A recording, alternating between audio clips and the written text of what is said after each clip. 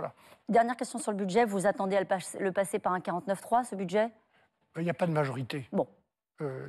Ni d'ailleurs contre un budget, ni pour. Donc on va voir comment ça se passe. Moi, je souhaiterais qu'il puisse être adopté par l'Assemblée nationale. C'est un budget qui sera difficile, sérieux, responsable.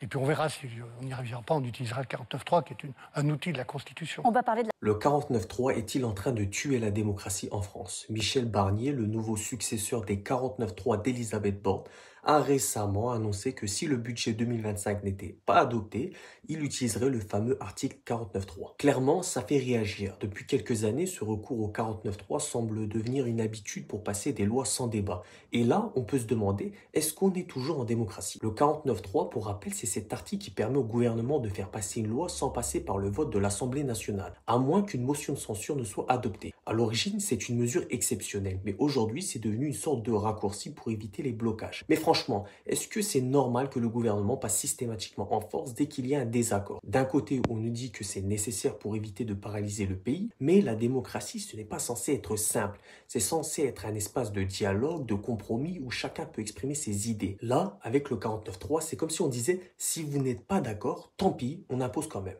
Et c'est là que ça devient dangereux, parce que quand on commence à court-circuiter le débat démocratique, on fragilise le système. On alimente la défiance des citoyens envers leurs représentants. À juste titre, et au final, ça ne fait qu'accentuer la montée des extrêmes, comme on peut voir avec le poids des Le Pen sur ce nouveau gouvernement. Ce qui est encore plus inquiétant, c'est que ça se banalise. Le 49.3, qui devait être l'exception, est en train de devenir la norme. Et ce n'est pas que sous Macron, ça a commencé bien avant. Le problème, c'est qu'on habitue les citoyens à l'idée que leur voix ne compte plus, que le dialogue n'a plus d'importance. Et là, on court droit vers une crise démocratique. Sous le mandat de Macron, on avait eu une Elisabeth Borne qui nous martelait sans cesse ce 49.3, telle une Miss Météo qui nous annonce une canicule.